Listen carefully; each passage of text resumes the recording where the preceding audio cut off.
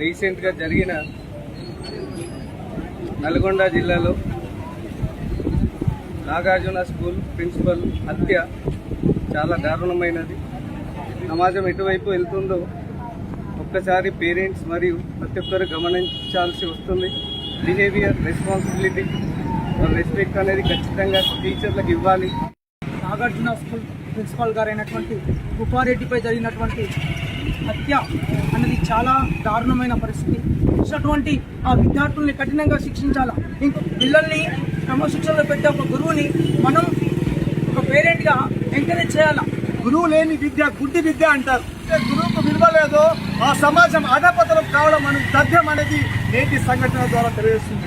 ఉపారెడ్డి గారిపై జరిగినటువంటి ఈ విద్యార్థుల దాడి ఇది కేవలం ఆమెపైన దాడి కాదు, ఇది యావత్ ఉపాధ్యాయుల పైన దాడి. ఇది ఉపాధ్యాయులకు ఒక చీకటి రోజు.